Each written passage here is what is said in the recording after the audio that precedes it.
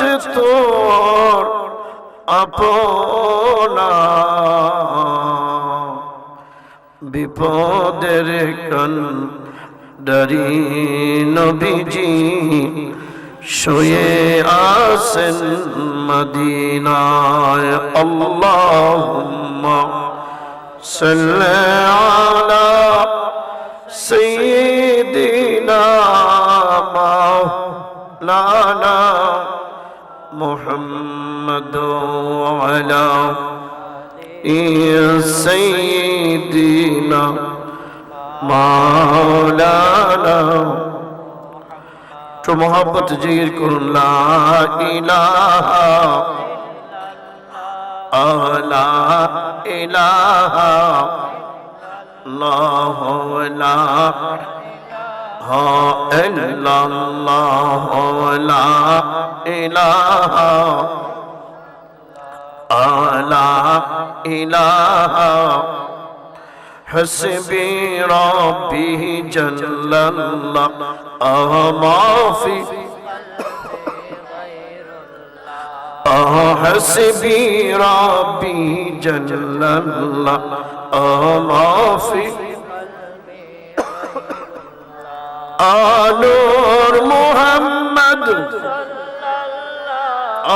نور محمد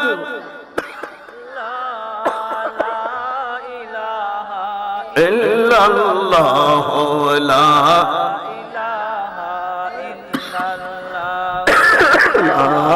إله إلا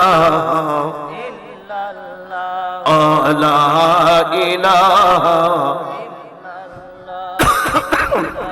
لا إله إلا الله محمد رسول الله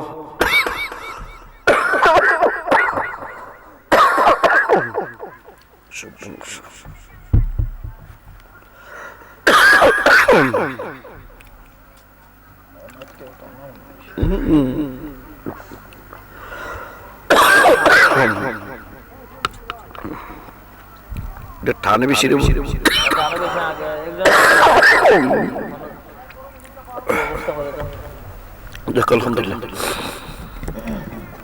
আমরা বলি আলহামদুলিল্লাহ। সৈয়দ কামরুল হাসান বাগদাদি রহমতুল্লাহ আলাইহি এর স্মরণে নকলার আবদা আলা হযরত আজিমুল বারাকাত সুন্নি যুব সংঘের উদ্যোগে আজকে আয়োজিত নুরানি ইমানি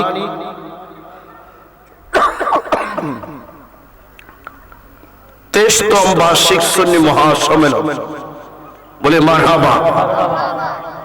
মানে 23 বছর যাবত, বলেন খুশির বিষয় কিনা?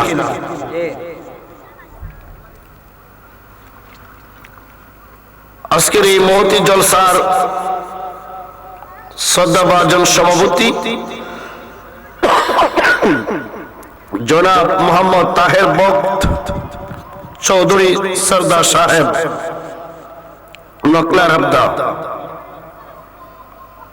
যিনি সহসভাপতি মোহাম্মদ সালিক মিয়া সরদার সাহেব নকলার আবদা, মোহাম্মদ মতিউর রহমান চৌধুরী মাসুম সাহেব নকলার আবদা। আজকের এই মাহফিলের প্রধান অতিথি, প্রধান মেহমান,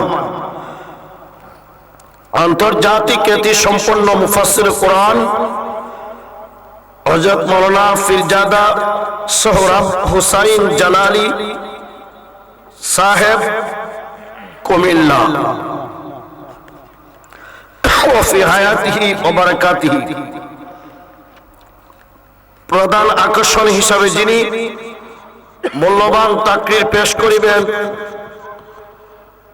আমার আলোচনার পরপরই উনি আসার আগ পর্যন্ত আমি আলোচনা করব। এরপরে আমাদের প্রধান আকর্ষণ, যিনি আন্তর্জাতিক খ্যাতি সম্পন্ন মুফাসসির কোরআন, বিশিষ্ট ইসলামী চিন্তাবিদ হযরত মাওলানা মুফতি গোলাম রাব্বানী কাসিমি সাহেব কুমিল্লা। বিশেষ অতিথি হিসেবে রয়েছেন মুফতি হাফেজ তানভীর রেজা চৌধুরী সাহেব, খতিব সিভিল সার্জন অফিস জামে মসজিদ হবিগঞ্জ, যিনি মাগরিবের নামাজের আলোচনা করেছেন।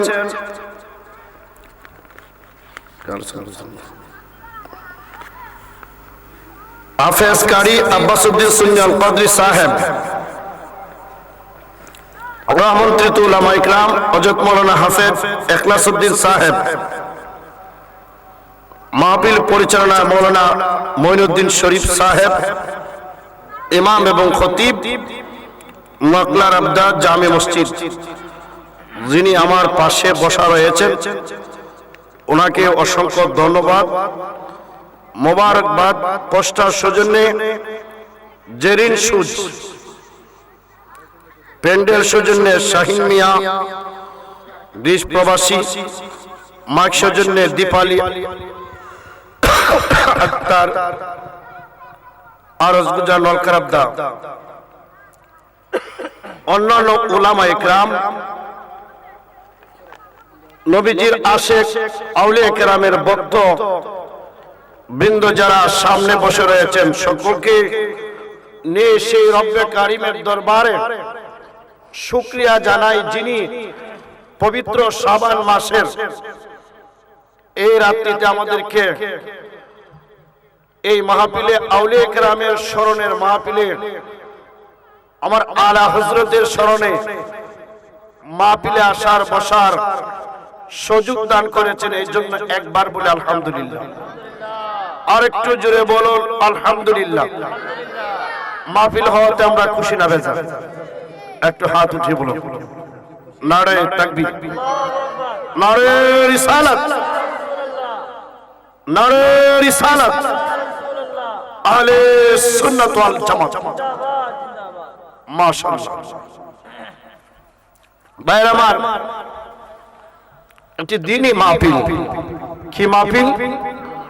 দ্বীনি মাহফিল, যেখানে আসলে বসলে লাভ হবে, কোনো লস হবে না। বলুন আল্লাহু আকবার। যারা আয়োজন করেছেন, তারা আয়োজন করেছেন দ্বীনের সমাজে মানুষদেরকে দ্বীনি বয়ান শোনানোর জন্য। বলেন কিসের বয়ান? দ্বীনি বয়ান, ধর্মীয় জ্ঞান বয়ান শোনানোর জন্য এই আয়োজনের ব্যবস্থা করেছেন। এই জন্য তাদেরকে অসংখ্য ধন্যবাদ। যারা এই আয়োজন করেছেন তাদেরকে আমার পক্ষ থেকে অসংখ্য ধন্যবাদ, মোবারকবাদ। যেহেতু একটা দ্বীনি মাহফিলের বয়ানের আয়োজন করেছেন, যেরকম আল্লাহু আকবার। আমি অনুরোধ করে বলবো, যারা দোকান পাটে রয়েছেন, বন্ধু আমার, ভাইয়ের আমার, আজকের মাহফিলে বসে পড়ুন। এই মাহফিল তো 12টা-1টা পর্যন্ত হবে, এর চেয়ে আর বেশি লম্বা হতে নাও পারে। এই মাহফিল প্রতিদিন হবে না, এই মাহফিল বছরে এই গ্রামে 1টা বা 2টা হয়ে থাকে। জোরে বলুন ঠিক কিনা?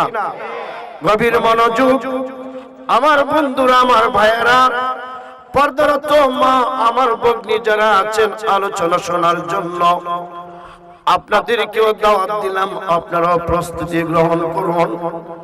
আজকের মাহফিল জেনে আল্লাহ পাক কবুল আর মঞ্জুর করেন। সকলে বলুন আল্লাহুম্মা আমিন। আরো জোরে বলুন আল্লাহুম্মা আমিন। গভীর মনোযোগ।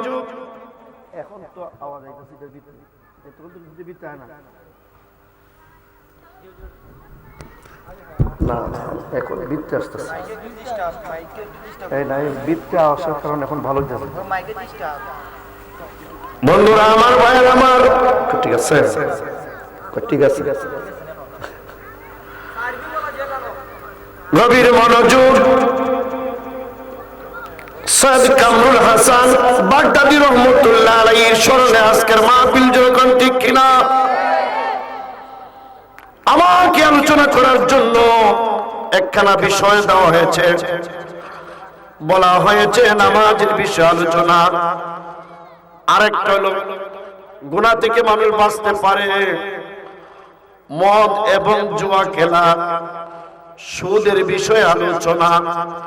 যেরকম এগুলো আলোচনা করার দরকার আছে কিনা? এই মাস হলো শাবান মাস। মাসের নাম কি? শাবান মাস। গভীর মনোযোগ। শাবান মাস আমার প্রিয় নবীজির মাস। শাবানের পূর্বে যেই মাসটি গেছে সেটা ছিল রজব। আমার দিনে নবী বলেন রজব হলো আল্লাহর মাস, শাবান হলো আমি নবীর মাস। শাবানের পরে যেই মাসটা আসতেছে এই মাসের নাম হলো রমজানুল মুবারক মাস। জোরে বলুন সুবহানাল্লাহ। নবী বলেন রমজান হলো আমার উম্মতের মাস, রমজানুল মুবারক আমার উম্মতের মাস, বেশি বেশি নেকি লাভ করার মাস, জাহান্নাম থেকে মুক্তি লাভের মাস হলো রমজান মাস। জোরে বলুন না সুবহানাল্লাহ। আরো জোরে বলুন আল্লাহু আকবার। রমজান মাসে নামাজ আছে কিনা? দিনের বেলা কি আছে? রোজা। আমাকে বলা হয়েছে নামাজ বিষয়ে আলোচনা। আমি প্রিয় রমজানুল মুবারকে নামাজ এবং রোজার আলোচনা করব ইনশাআল্লাহ। ইনশাআল্লাহ। এই তোমার মাইকের হরন যেটা এইদিকে কোনটা এখন কিছু সময় ভালো চললো আবার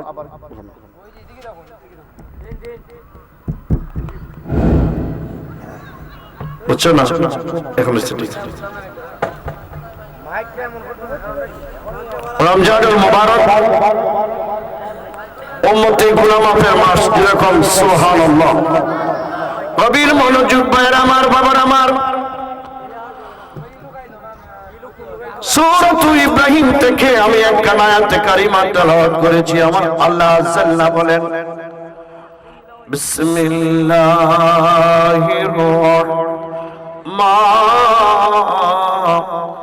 রহমানির রহিম। উল্লিয়া ইবাদিয়াল্লাযীনা আমানু ইউকিমুস সালাহ। জোরে বলুন আল্লাহু আকবার। আল্লাহ রাব্বুল আলামিন বলেন নবী গো আপনি বলে দেন, ও আপনি বলে দেন ইবাদিয়াল্লাযীনা আমানু, যারা আমার বান্দাদের মধ্যে ঈমান এনেছে, যারা মুসলমান, যারা ঈমান গ্রহণ করেছে, ইউকিমুস সালাহ, তারা জেনে নামাজ কায়েম করে। জোরে বলুন সুবহানাল্লাহ। নামাজ কারা পড়বে? ঈমানদার। আপনি এমনি বলেন ভালো মানুষ নামাজ পড়লেন না। গভীর মনোযোগ।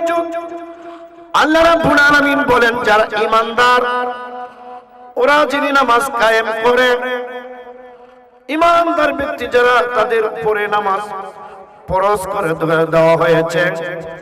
দৈনিক 5 ওয়াক্ত নামাজ পড়তে হবে। যেরকম সুবহানাল্লাহ। কয় ওয়াক্ত নামাজ? যেরকম কয় ওয়াক্ত? 5 ওয়াক্ত নামাজ। গভীর মনোযোগ। আমাদের সমাজে কেউ আছে বলে জীবনের নামাজ একবার আছে কি? ওরা কি ফকির আলী? মাইক তো তাল না রে। বলে নামাজ জীবনে একবার। ওই দলের বলে যে আল্লাহ আছে, যেটা কম নাউজুবিল্লাহ। আয়মান নাকলাবদা বাতারিয়া নিশ্চুপুর কাকুর খান্দি গ্রাম এলাকার ভাইয়েরা, বাবার আমার, মা আমার, বোনেরা, জীবনে নামাজ একবার না প্রতিদিন নামাজ হলো 5 বার। যেরকম ন্যূনতম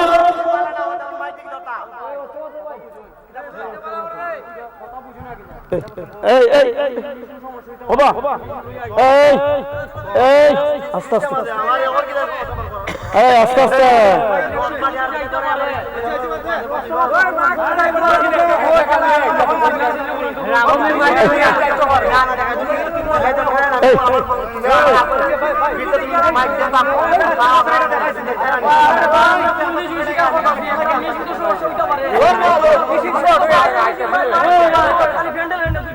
আমার ভাই সাইকো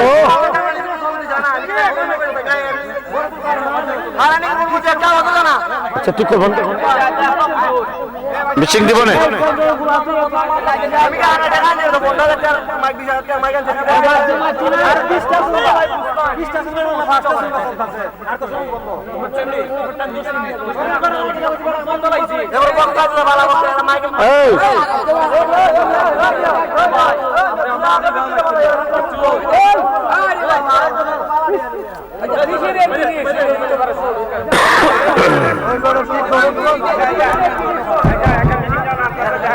যখন নামাজ কয়ক্ত 5 ওয়াক্ত আমাদের সমাজে কেউ কেউ শুধু জুমার নামাজ পড়ে যখন এমন মুসল্লি আছে না আবার কেউ শুধু ঈদ নামাজ পড়ে কেউ মাঝে মাঝে জানাজার নামাজ পড়ে যারা এমন ফাতলা ফাতলা নামাজ পড়ে এরা কোন কোন সময় ঈদ নামাজও তাদের কপালে জুটে না যেরকম ঠিক কিনা আরো যেরকম ঠিক কিনা নামাজ কয়বার পড়তে হবে 5 বার গভীর মনোযোগ ভাইরা আমার যে ব্যক্তি দৈনিক 5 বার নামাজ আদায় করবেন মহান আল্লাহ পরওয়ারদিগার আলম তাদেরকে বড় 5টা পুরস্কার দিবেন বলুন সুবহানাল্লাহ। কয়টা পুরস্কার? 5টা পুরস্কার। নামাজ সর্বোত্তম ইবাদত। যে ব্যক্তি নামাজ পড়ে তারাই ভালো মানুষ। যে ব্যক্তি নামাজ কায়েম করে তারা আমার আল্লাহ তাআলার নিকটবর্তী আমার রাসূলের প্রিয় আশিক হয়ে যায় নামাজের দ্বারা। যেরকম সুবহানাল্লাহ। নামাজ কপাল কোথায় লাগাতে হয়? সিজদা দিতে হয় না? কপাল মাটিতে লাগাতে হয়, কপালের দাম বেড়ে যায়। আমার নবী বলেন ইযা সাজাদা ইবনে আদম, আদম সন্তান যখন নামাজ পড়ার জন্য সিজদা দেয় কপালটা মাটির মধ্যে লাগাইয়া যখন বলে সুবহান রাব্বিয়াল আলা, বলো তাসবিহটা কি? সুবহান রাব্বিয়াল, সবাই পারোনি? বলো সুবহান রাব্বিয়াল আলা। ওই তাসবিহটা পড়ার সাথে সাথে শয়তান কাঁপতে থাকে এবং দৌড়তে থাকে। আল্লাহর বান্দা বান্দি সিজদা দিলে শয়তান কান্দে আর দৌড়ে।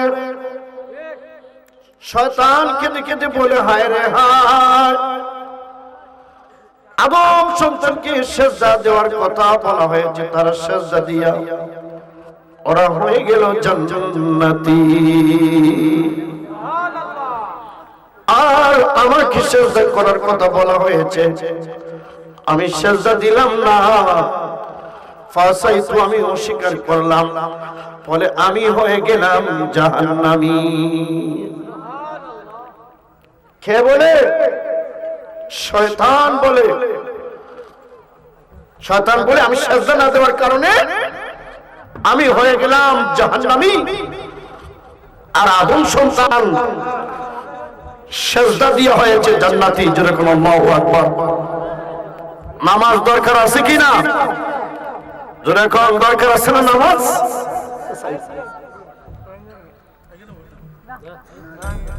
গভীর মনোযোগ, সুন্দর একটা সাবজেক্ট আমাকে দেওয়া হয়েছে।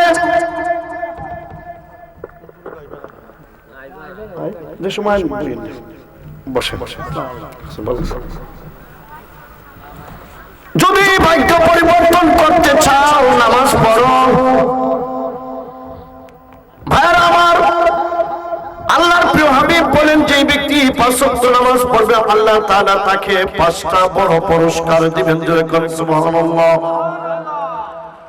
আল্লাহর হাবিব ফরমান, নামাজি ব্যক্তি যারা সঠিক টাইমে যথারীতভাবে নামাজ কায়েম করে,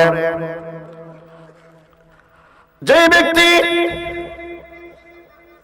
নামাজের রুকু আছে, নামাজের ফরজ আছে, নামাজের ওয়াজিব আছে, নামাজের সুন্নাত আছে, মুস্তাহাব আছে, ওইগুলো পালন করে যেই ব্যক্তি নামাজ আদায় করে, ওই নামাজকে আল্লাহ রাব্বুল আলামিন 5টা বড় পুরস্কার দিবেন। 1 নম্বর পুরস্কার হলো বাজানরা আমার, আমরা এই দুনিয়া যখন ছেড়ে যাই, যাওয়ার সময় আমাদেরকে দুনিয়ার জমিন থেকে বিদায় কালে জান নেওয়ার সময়ে নামাজি ব্যক্তির কে কষ্ট দেওয়া হবে না, সাকরাত দেওয়া হবে না। উচ্চ সুরে বলুন সুবহানাল্লাহ। কষ্ট দেওয়া হবে না। যদিও কেউ বলে কষ্ট দেখতে দেখেছি নামাজি ব্যক্তির কষ্ট, রাসূল বলেন তার বিপরীত। নামাজি ব্যক্তিকে কষ্ট দেওয়া হয় না। যদিও তুমি দেখো কষ্ট, প্রকৃত নামাজিকে আল্লাহ কষ্ট দেন না। 2 নম্বর পুরস্কার, আমার দিনে নবী বলেন, কবর বিষম একটা ভয়ঙ্কর জায়গার নাম হচ্ছে কবর। আল্লাহর হাবিব ফরমান, সেই কবরের সঠিক যথাযথভাবে নামাজ কায়েমকারী, নামাজ আদায়কারীকে কবরে আযাব দেওয়া হবে না। কবরে আযাব, নামাজি ব্যক্তি যথারীত নামাজ আদায়কারী ব্যক্তিকে কবরে আযাব দেওয়া হবে না। জোরে বলুন সুবহানাল্লাহ। আর কবর, আমার ভাইরা, কবরে অনেক জিনিস আমরা তো অনেকে ভয় করে না। মাটির কিনারে আমাদের আপন আপন মানুষদেরকে কবরস্থ করা হয়, আমাদের অনেকের ভয় জাগে না কবরের পাশে দিয়ে আসা যাওয়া করে। আমার অনেক মা বোনরা বেপরদা হয়ে কবরের পাশে দিয়ে চলাচল করে। আমাদের মা গুলো কবর গুলো আবৃত না, অর্থাৎ ভালো করে আটক করা হয় না। মানুষ মারা গেলে সেই দিন আটকের কথা বলে দাফন করার পরে আর আমাদের মনে থাকে না। জোরে কর ঠিক কিনা? গভীর মনোযোগ। কবরের পাশে দিয়ে অনেক যুবক যায়, গান গায়। আমার রাসূল বলেন, মারাইতু কাত্তু, আমি কবরের মতো আর ভয়ঙ্কর কোন জায়গা দেখি নাই। কবরটা খুবই ভয়ানক জায়গা, ভয়ঙ্কর জায়গা। আমার নবীর সাহাবী হযরত উসমান গনি রাদিয়াল্লাহু তাআলা আনহু, উসমান ইবনে আফফান, যিনি মুসলিম জাহানের 3য় খলিফা ছিলেন, তিনি একাদা কবরের পাশে দিয়ে যাচ্ছিলেন। বাঁকা এমন কান্না দিলেন, কবর দেখিয়া কান্নায় ভেঙে পড়লেন। চোখ থেকে অজস্র পানি বের হতে লাগলো। হাত্তা ইয়াবুল্লাহ লিহিয়া, এমন কি চোখের পানি দ্বারা দাড়ি ভিজে গেল। কেউ নাকি প্রশ্ন করলো, ওগো উসমান, যাকারা জাহান্নাম ওয়া জান্নাত, জান্নাত জাহান্নাম কত আলোচনা করেছো, কোনদিন তো এইভাবে কাঁদতে দেখি নাই, কেন আজকে এত কান্না দিল? আজকে আমাদের ভয় নাই। যিনি মুসলিম জাহানের খলিফা তিনি কান্দেন কবর দেখে। আমাদের সমাজে মানুষরা কবরের পাশে দিয়ে গান গাইয়া যায়। হযরত উসমান জবাব দেন, প্রশ্নকারীরা আমার রাসূল বলেছেন খবর হলো ইন্নাল কবরা আউয়ালুন মানাজিলুন মিনাল আখিরাহ। তিনি বলেন আল্লাহ নবী বলেছেন আখিরাতের যত মঞ্জিল রয়েছে, স্টেশন রয়েছে, প্রথম স্টেশনটা হলো কবর। জোরে বল সুবহানাল্লাহ। প্রথম জায়গা কবর। যত জায়গায় বান্দা বান্দিকে পরীক্ষা করা হবে, যত জায়গায় শাস্তির ব্যবস্থা রয়েছে, এর মধ্যে প্রথম জায়গা হলো কবর। রাসূল বলেছেন মান নাজা মিনহু, যে ব্যক্তি ওই কবরের মধ্যে নাজাত পেয়ে যাবে, কবরের মধ্যে যে ব্যক্তি পার হয়ে যাবে, প্রশ্নোত্তর যে ব্যক্তি দিতে পারবে, আর পরবর্তী সবগুলো হয়ে যাবে সহজ। বলুন আল্লাহু আকবার। পরবর্তী কি সব সহজ। কয় পরে পাস করলে যেরকম আল্লাহু আকবার। তিনি বলেন আমার নবী বলেছেন যে ব্যক্তি কবরে আটকা পড়ে যাবে, যে ব্যক্তি কবরটা যার কাছে কঠিন হবে, যে কবরের পরীক্ষায় ফেল করে ফেলবে, পরবর্তী সবগুলো তার জন্য কঠিন। ভাইরা রে, এই জন্য কবরের কথা মনে রাখিও। মানুষ মারা গেলে কবরে যাইও, শুধু জানাজা পড়ে চলে আসিও না। কবরে যাইয়া দেখো কেমন কবর, কবরটা কি জাত। কবরে যাইও, কবরে গেলেই তোমাকে আরেকটা পাহাড়, দফন কাজে শরীক হলে পাহাড় পরিমাণ নাকি দেওয়া হবে। যেরকম আমরা তো জানাজা পড়ে আমাদের হিসাব, কাজের হিসাব শেষ হয় নাই, দ্রুত চলে যায়। হ্যাঁ যাই তাই ঠিক আছে। তোমার ভাই কবরের মধ্যে আবার একটা পরীক্ষা আছে, গভীর মনোযোগ। যেহেতু কবরের কথা এসেছে, আমার রাসূল বলেন যখন ওই কোনো মানুষকে কবরে ঢুকানো হতো, আমার রাসূল বলতেন তোমরা যাইও না সাহাবায়ে কেরাম, আর দফন শেষ করে অপেক্ষা করো। কিছুক্ষণের মধ্যে তাকে প্রশ্ন করা হবে। ওই ব্যক্তি জেনে সফলকামী হয়, পরীক্ষায় যাতে পাস করে তোমার ভাইয়ের জন্য ইস্তেগফার করো, দোয়া করো, দোয়া করো। আমার বড় দুঃখ লাগে সমাজবাসী বড় সিন্নির আয়োজন করে, ভালো, কিন্তু সিন্নির আয়োজনে ছোট লোক থাকে, বড় লোক থাকে, চেয়ারম্যান থাকে, মেম্বার থাকে, এমপিও থাকে।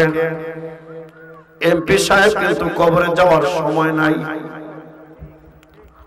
চেয়ারম্যান মহোদয় কবরে যাওয়ার সময় নাই, কাজ আছে। মৃত্যু ব্যক্তির পরিবাররা বড় আয়োজন করলো, জানাজা শেষ, খতনা হতে দাওয়াত দেওয়া হয়। আজকে সকলের দাওয়াত খেয়ে যাইবেন, ভালো কথা। কিন্তু এমন খানার মধ্যে চলে যায়, শেষ পর্যন্ত দেখা যায় আপন মানুষ কবরে যায় না। আপন মানুষ যায় না। কেন না? আপন মানুষরা বড় বড় অতিথি আসছে, আরে খাওয়াইবেন লাগি, তাড়াতাড়ি বাড়ি যাও। আমি প্রায় সময় ওই হাদিসটা মানুষকে শোনাই। রাসূল বলেন, তোমার ভাইয়ের জন্য অপেক্ষা করো, এখনই তাকে প্রশ্ন করা হবে। ভাইদেরকে বলি, দুনিয়ায় যদি এমন কঠিন পরীক্ষা চলতো যে কবরের মতন পরীক্ষার মধ্যে ফেল হলেই তাকে আযাব দেওয়া হবে, শাস্তি দেওয়া হবে, তাহলে আমাদের কোনো মানুষ খানা ফিনায় লিপ্ত থাকতো না। ছেলেরে পাঠাইলে ধরে নেন, আরেকটা উপমা দেই, মনে করেন ম্যাজিস্ট্রেট বিচার করবে, আজকে হয়তো মুক্তি দিব, নাইলে ফাঁসির রায় দিবে, অথবা যাবজ্জীবন জেল দিবে। ওই যাকে যাবজ্জীবন জেল দিবে অথবা মুক্তি করে দিবে, পিতা মাতা এই দিন গোস্ত পোলাও নিয়ে ব্যস্ত থাকবে না। আপন মানুষরা বাড়ি থাকবে না, ওই আদালতের কিনারে কিনারে ঘুরাইবে। আজকে জানি না বিচারক ম্যাজিস্ট্রেট কি করবে আমার সন্তানদের, আমার ভাই, আমার বাইকনারে, যেরকম ঠিক কিনা? খাওয়া দাওয়ায় লিপ্ত থাকতো না। অনুরূপ ভাবে এটা তো দুনিয়ার বিচার 6 বছর, এর চেয়ে আরো অনেক গুরুত্বপূর্ণ হলো কবর। আপনি কেমনে খানার মাঝে লিপ্ত থাকুন, আপনার বাইরে যে দফন করার পরে যে একটা পরীক্ষা আছে, এই সময় তো আপনি দোয়া করতে হয়। রাসূল বলেন, তোমার ভাইয়ের জন্য দোয়া করো, যেন তোমার ভাইকে এই কঠিন প্রশ্নটা সহজ করে দেওয়া হয়। ভাইরা, খাইবেন পরে, তামায় ভাইয়া খাইবেন, আর এমন আয়োজন করবেন না যে আয়োজনের কারণে বাজার করা একদল, গরু হাঁটা একদল, রান্না কাজে মৃত্যু ব্যক্তির কোন খোঁজ খবর। বিভিন্ন জায়গা দেখা যায় মৃত্যু ব্যক্তির গোসল দিব এই লোক নাই, গরু হাঁটা ঠিকই লোক আছে, গরু কিনা ঠিকই লোক হলো না। তো মৃত্যু ব্যক্তির জন্য আজকে জীবিতর জন্য করণীয় হলো তাকে দ্রুত কাফন দাফনের ব্যবস্থা করা। জোরে বলুন সুবহানাল্লাহ।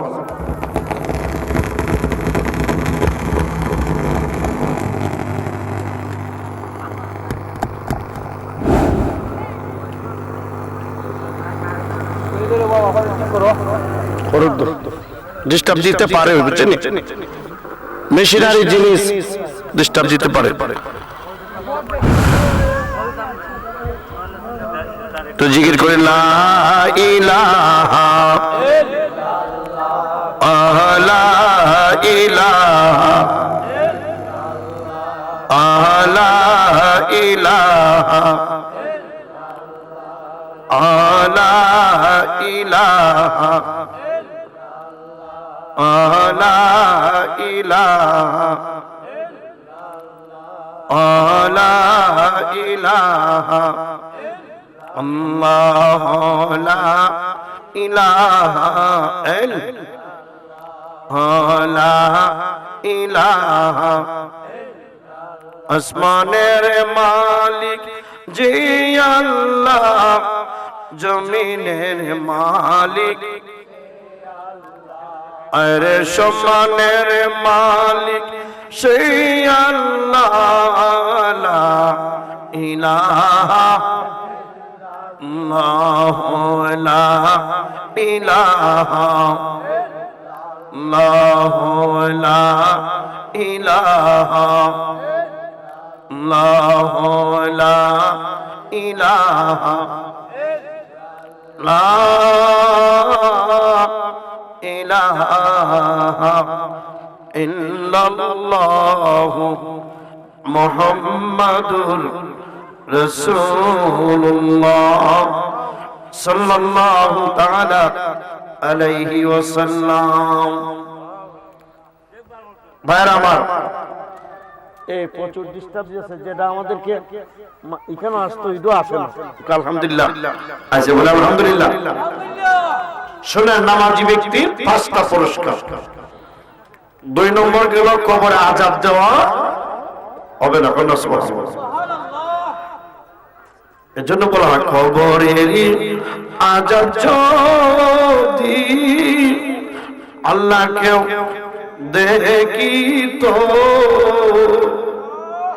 গরবারি সারিয়া পাগো, ওই তো ঘরবাড়ি সাগল।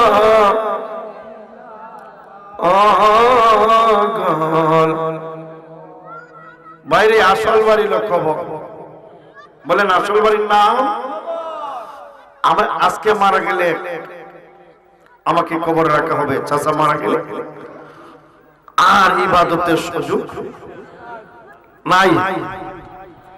ভাইরা আমার, অনেকে অনেক মন্দ কাজে লিপ্ত থাকে, বাইরে মন্দ কাজ করে কোনো লাভ নাই। রবির মনোযোগ।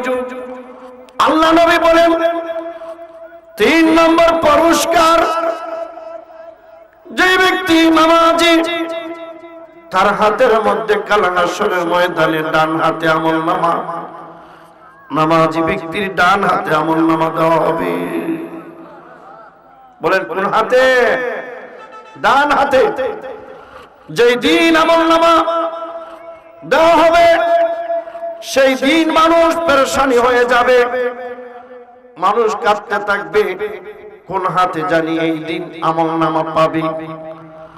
মানুষ মানুষের সাথী হবে না, মানুষ নিজের নিয়ে ব্যস্ত থাকবে। হায় রে হায়, আজকের ময়দানে আমার জানি কোন হাতে আমলনামা পাইব।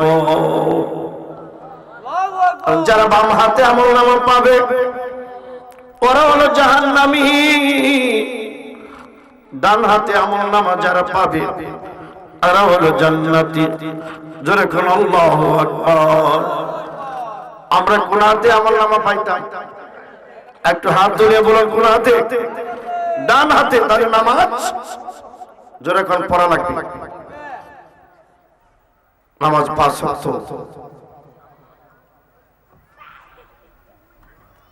আমার নবী বলেন স্বামী স্ত্রীর কথা ভুলে যাবে, স্ত্রী স্বামীর কথা ভুলে যাবে, সন্তান বাবার কথা ভুলে যাবে, বাবা সন্তান সন্তানদের কথা ভুলে যাবে, বন্ধু বন্ধুকে ভুলে যাবে। সেই দিন পেরেশানি থাকবে, কোন হাতে জানি আমলনামা পাই।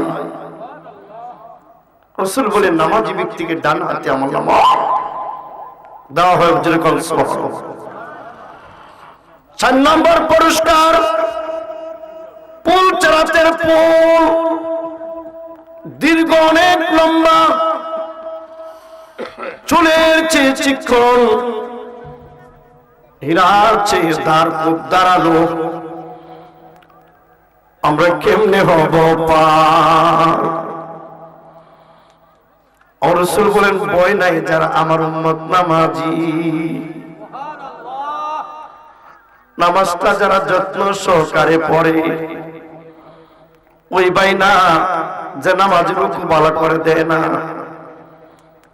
সেজদা একটা দিবার পরে আরেকটা মাইরা দেয়, আছে কিনা ভাই? 2 সেজদার মধ্যখানে 1 সেজদা দেওয়ার পরে ভালোভাবে সোজা হবে, এরপরে আরেকটা সেজদা দিবে, রুকুর সময় তাসবিহ বলে সামি আল্লাহু লিমান হামিদা রব্বানা লাকাল হামদ, ভালোভাবে সোজা হবে। অনুরূপভাবে নামাজের পর ওয়াজিব সুন্নতগুলো আদায় করে যে ব্যক্তি নামাজ পড়ে, ওই নামাজটা আমার আল্লাহ তাআলা পছন্দ করেন, মায়া করে। ধীরে ধীরে নামাজ, যেরকম তাড়াহুড়া না। ওর মালিক মাওলা দুনিয়া, আমাদের প্রিয় মানুষ আছে না, প্রিয় মানুষের কাছে চেয়ারম্যান বলেন, এমপি বলেন, একটা দুনিয়ার উদাহরণ। গেলে কি আমরা তাড়াহুড়া করি না? ধীরে ধীরে বই আমার ধীরে ধীরে সময় যাক। আমি এমপি সাহেবের দাঁড়ো আছি, আমি চেয়ারম্যান সাহেবের দাঁড়ো, আমি ভালো একজন জ্ঞানী ব্যক্তির কাছে, আমি ধনী ব্যক্তির কাছে, আমার মহাজনের কাছে, এটা কোটি কোটি মহাজন থেকে আমার ষষ্ঠ বড় মহাজন। মানুষে বলে ভাগ্য পরিবর্তন হয় না। ও ভাই, তুমি নামাজ পড়ো না, কপালটা মাটিতে লাগাও। রাসূল বলেন যে ব্যক্তি নামাজি পুলচরাতের পুলটা এত দ্রুত পার হয়ে যাবে, রাসূল বলেন নামাজি ব্যক্তিরা ওই পুলের মধ্যে উঠবে, ওই পারে চলে যাবে। এরকম সুবহানাল্লাহ। রাসূল একটা উদাহরণ দিয়েছেন, কাল বার্ক।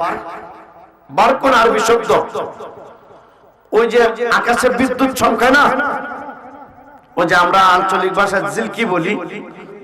আচ্ছা বলো তো, এটা কি দেখানি থাকে? এটা এই শেষ, আরেকজনের দেখানো সুযোগ নাই। আল্লাহ বারকত শব্দ কোরআন শরীফে রয়েছে। ওই যে আবার বুরাক আছে না, বুরাক মেরাজে গিয়েছিলেন নবী, এই বুরাকের ওই বিদ্যুৎ গতি, বিদ্যুতের নিয়ে দেখেন আমাদের সাজিবাজার তীর দেওয়ার সাথে সাথে ঢাকা মনে করেন সুদ দেওয়ার সাথে সাথে বাংলাদেশের ওপর পাল্টে এত গতি। আল্লাহ নবী বলেন আমার নামাজি উম্মত পঞ্চায়েতের পুলে পা দেওয়ার সাথে সাথে ওই পারে চলে যাবে। বিদ্যুতের গতি নাই, ঝিলকিরি ন্যায়। জোরে বলো সুবহানাল্লাহ, জোরে বলো আল্লাহু আকবার। বাইরে আমি ফুলচরাতের ফুলের কথাটা বলি, একটু বর্ণনা দিই। ফুলচরাতের ফুলের নিচে জাহরাই জাহান্নাম, জাহান্নামের পিঠের মধ্যে ফুলচরাতের ফুলটা ফিট করা হবে। নিচে জাহান্নাম, বেনামাজি হারাম পন্থায় যারা রুজি রোজগার করে, যারা গুনাহগার, অনেক মানুষ পড়ে যাবে ফুলচরাতের ফুলে। কারো হাত কেটে যাবে, কারো পা কেটে জাহান্নামের মধ্যে পড়ে যাবে। এটা জাহান্নাম, জাহান্নামের পিঠের মধ্যে ফুলচরাতের ফুল ফিট করা হয়েছে। 5 নম্বর পুরস্কার, তাদখুলুল জান্নাত বিগাইরি হিসাব। প্রকৃত নামাজি ব্যক্তির সাথে কোনো হিসাব নাই, আল্লাহ তাআলা জান্নাতে প্রবেশ করে দিবেন।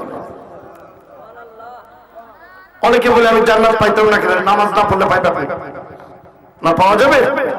এটা মামার বাড়ি সত্য, জান্নাত পাইবা না। গভীর মনোযোগ,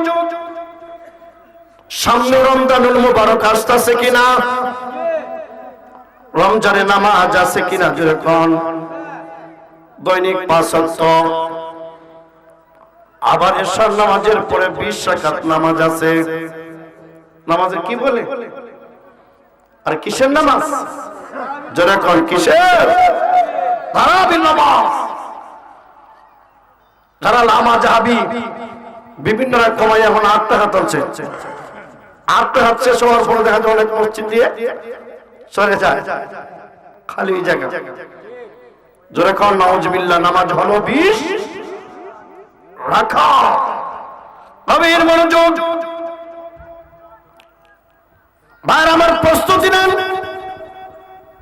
নামাজ এখন থেকে পড়েন, নামাজ বাদ দিবেন না। রমজান আসলে তো মোটেও বাদ দিবেন না।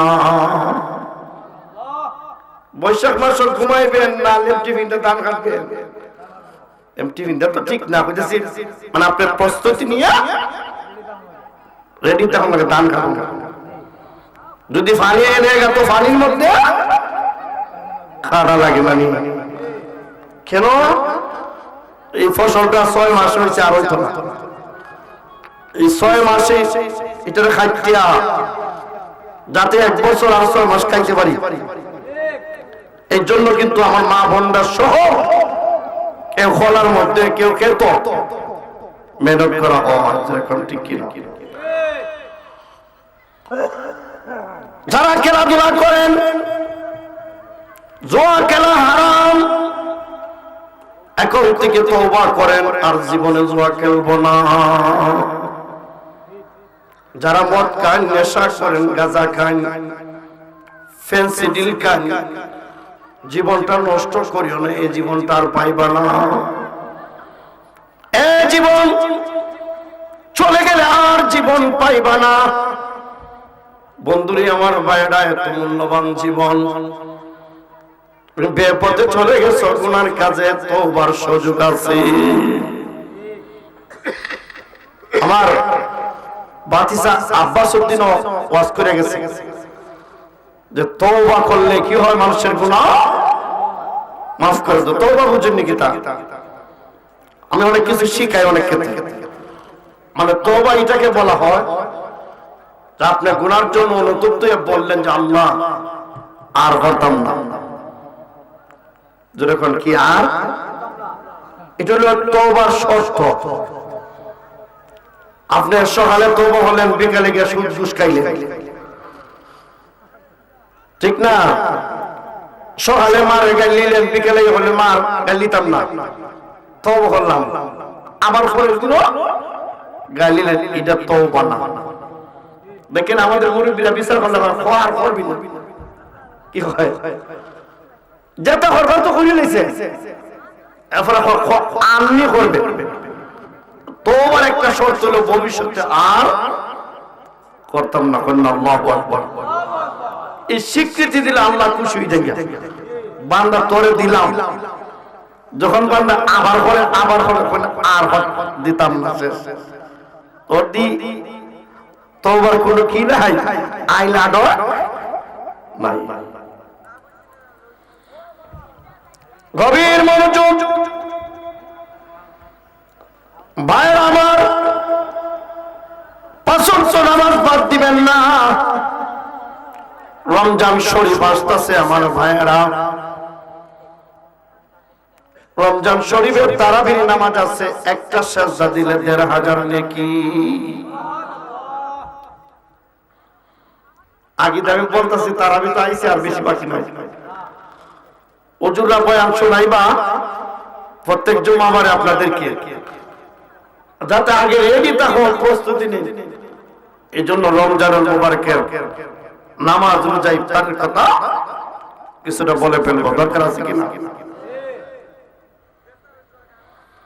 একটা সাজদা দিলে আলফা খামসা মিয়াত, মানে 1500 অর্থাৎ 1500 নেকি পাওয়া যায়। রাসূল বলেন আল্লাহ তাআলা দিনের বেলায় রোজা ফরজ করেছেন, রাত্রি বেলায় আমার সুন্নাত 20 রাকাত নামাজ। রাসূল বলেন আমার নামাজটা সুন্নাত। তারাবির নামাজ অনেক জায়গায় খতমে কোরআনের সাথে আদায় হচ্ছে। অনেকে যারা জীবনে পড়া জানেন না, সাহেবের পিছনে দাঁড়িয়ে থাকবেন, শয়তান ধোঁকা দিবে। তারাবির নামাজ খতমে কোরআন দরকার নাই। আপনি বলবেন জীবনে কোরআন পড়তে পারি নাই,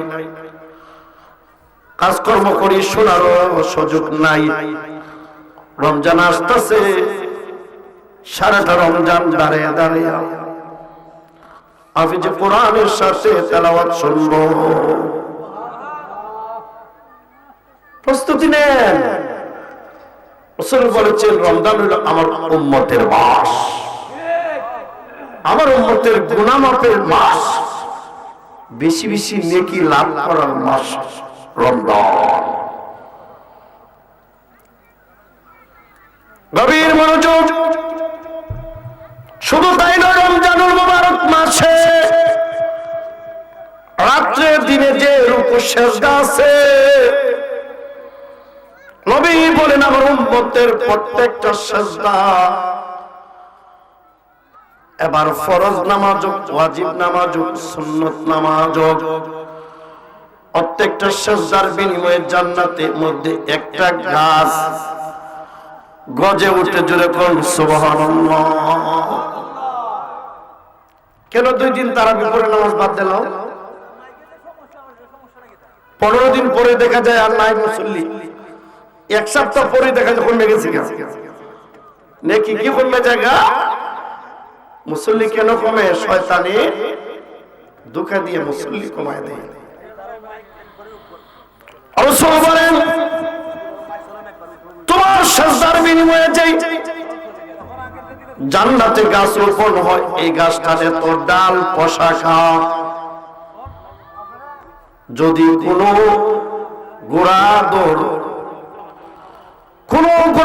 কোনো ব্যক্তি যদি ঘোড়া দৌড়ায়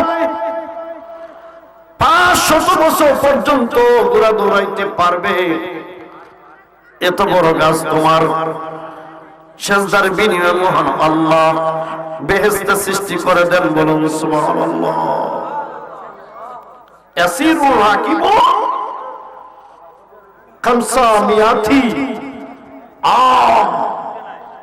700 বছর পর্যন্ত দৌড়াইতে পারবে। আল্লাহু আকবার। আমরা নামাজ পড়বো কিনা? এই জন্য ওয়াজ হবে 12টা, যাতে ঘুমায় আবার ফজর নামাজ পড়তে পারো। ওয়াজ হবে একটা না হওয়া ভালো। অনেকেই এমনি নামাজ পড়ে না, আরেকটা ইস্যু পাইলে আরো নামাজ মানে টাইম মতো পড়তে পারে না। ঠিক কি না? গভীর মনোযোগ। ভাইরা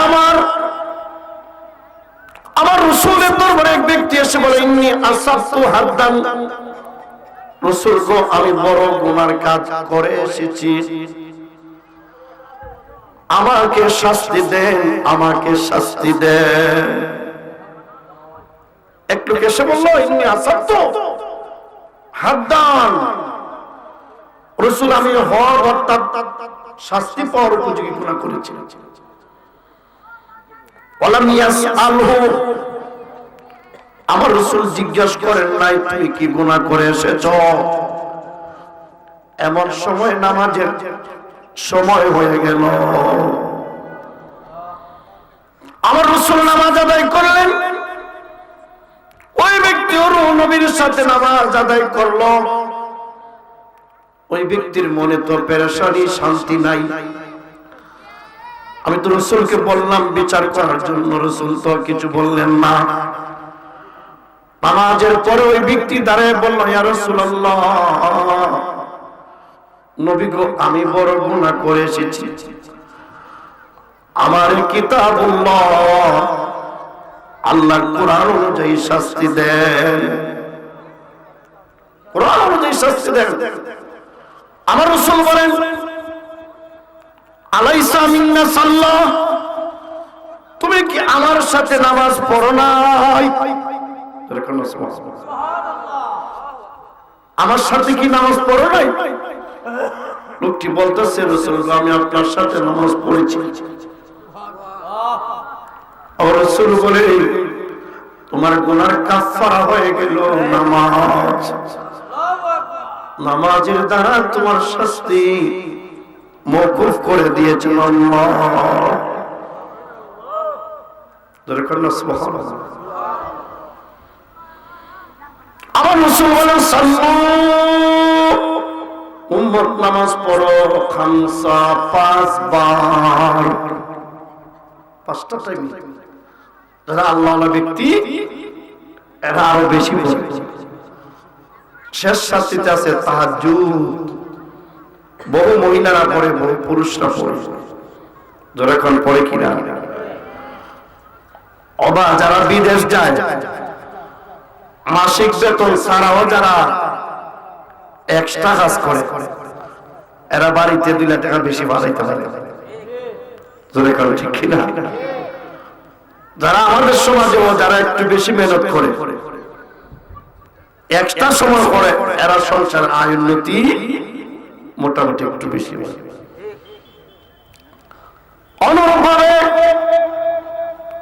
আপনি আল্লাহর সান্নিধ্য রাসূলের ভালোবাসা লাভ করতে হলে আপনাকে এক্সট্রা সময় আর ইবাদত করতে হবে। এই জন্য তাহাজ্জুদ নামাজ আছে। শেষ রাতে মহান আল্লাহ বলেন, কে আছো আমার বান্দা বান্দিরা আমারে ডাকো, আমি তোমাদের ডাকে সাড়া দিব। যারা তাহাজ্জুদের নিয়ত করে এরা আল্লাহ জাগায়, কইতে না নিছে আল্লাহ ঘুম থেকে জাগান। যারা তাহাজ্জুদ ওরা দেখবেন হঠাৎ করে ঘরের মধ্যে যদি কোনদিন আপনার ঘুম হয়ে যায় বেশি, এমন দেখবেন করে একটা আওয়াজ করবে, অর্থাৎ বুঝবেন টিনের মধ্যে আওয়াজ মানে বিড়ালের আওয়াজ।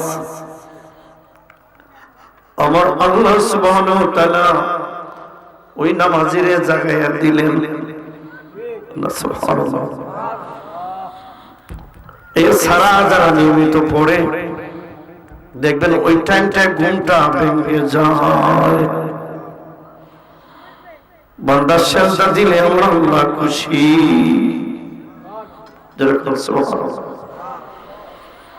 ভাইরা নামাজ পড়বেন, নিজের স্ত্রী ছেলে মেয়েকে নামাজের কথা বলবেন। অনেকের করে নামাজের বিছনা নাই, টেলিভিশন টিভি রয়েছে ঘরে, মোবাইল 2টা 3টা আছে, নামাজের বিছানা নাই। এই দুনিয়া মুসাফির খানা। আমাদের অনেকেই বুঝে না। বুদ্ধিমান সেই ব্যক্তি যিনি হালাল রুজি রোজগার করেন, হালাল পথে জীবন যাপন করেন, হালাল টাকা থেকে দান খয়রাত করেন, আল্লাহর নবীর বিধিবিধান মতে জীবন যাপন করেন, ওই ব্যক্তি হলো সফলকামী বুদ্ধিমান। সেটা বলুন না সুবহানাল্লাহ। রাসূল বলেন সাল্লু খামসাকুম, দৈনিক 5 বার নামাজ পড়ো, 5টা টাইমে নামাজ পড়ো। ও সুমু শাহরাকুম, রমজানুল মুবারকে বেঁচে থাকলে তোমরা রোজা রাখিও। এই যে ঘরের হোটেলের মধ্যে বন্ধ করে চা খাওয়া হয়। তুমি পশু না মানুষ। তোমার এই জীবনের তোমার এতই পেট এতই লোক। যেই জায়গার মধ্যে তোমার নবী বলেছেন কেউ যদি রমজানের একটা রোজা ভাঙ্গে জানিয়া একাধারে তার কাফারা হলো 2 মাস পর্যন্ত রোজা রাখা, অর্থাৎ 60 দিন রোজা রাখতে হবে। এক রোজা ভঙ্গের কারণ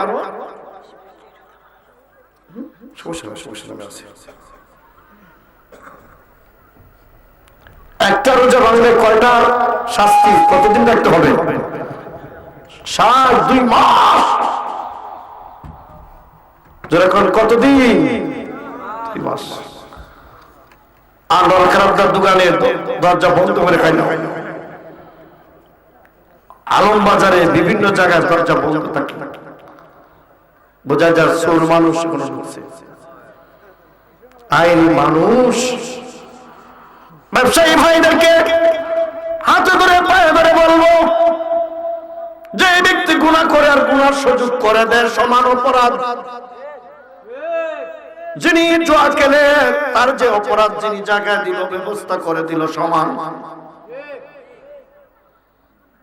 যেই ব্যক্তি জিনা করলো, যিনি জিনার কাজে সহযোগিতা করলেন, সমান।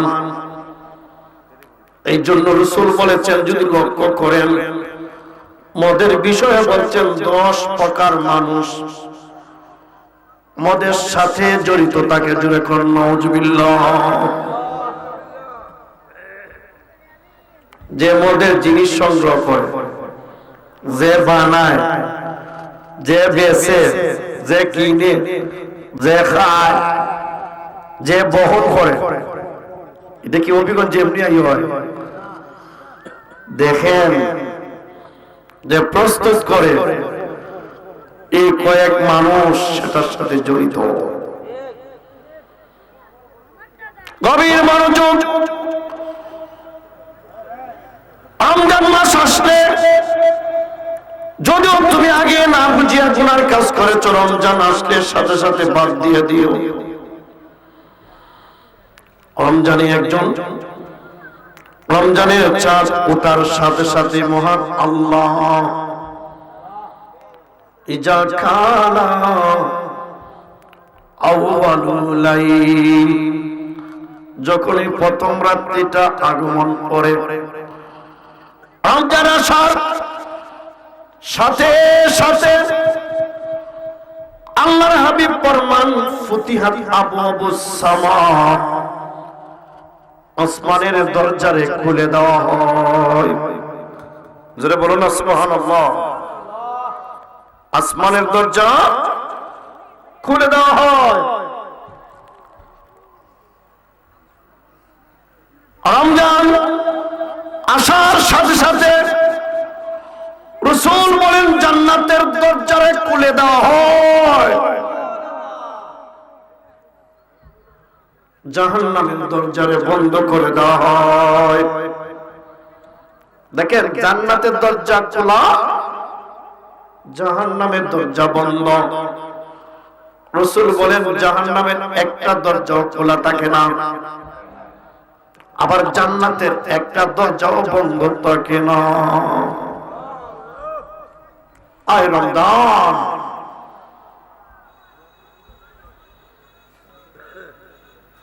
শেষ রাত্রি পর্যন্ত খোলা থাকে। রাসূল বলেন, যখন কোন মানুষ ঈমানের সাথে, কোন ব্যক্তি ঈমানের সাথে সওয়াবের নিয়তে যখন একটা রোজা রাখে, প্রথম দিনের রোজার বিনিময়ে আল্লাহ তাআলা তার জীবনের সমস্ত গুনাহ মাফ করে দেন। সমস্ত গুনাহ মাফ করে দেন। রাসূল বলেছেন, এমন ভাবে ক্ষমা করে দেওয়া হয় যেন সে সদ্য মায়ের ঘরে জন্মগ্রহণ করেছে। বলুন আল্লাহু আকবার। এমন রমজান পাইয়া তুমি কেন জুয়া খেলবা? তুমি কেন মদ খাইবা? তুমি কেন অন্যায় কাজ করবা? আরে মানুষ মরে গেলে তোরে ভাই আর কখনো আসতে পারবে না। এই দুনিয়া মুসাফির না, তোমরা জানো না কত মানুষ আইল গেল, কত মানুষ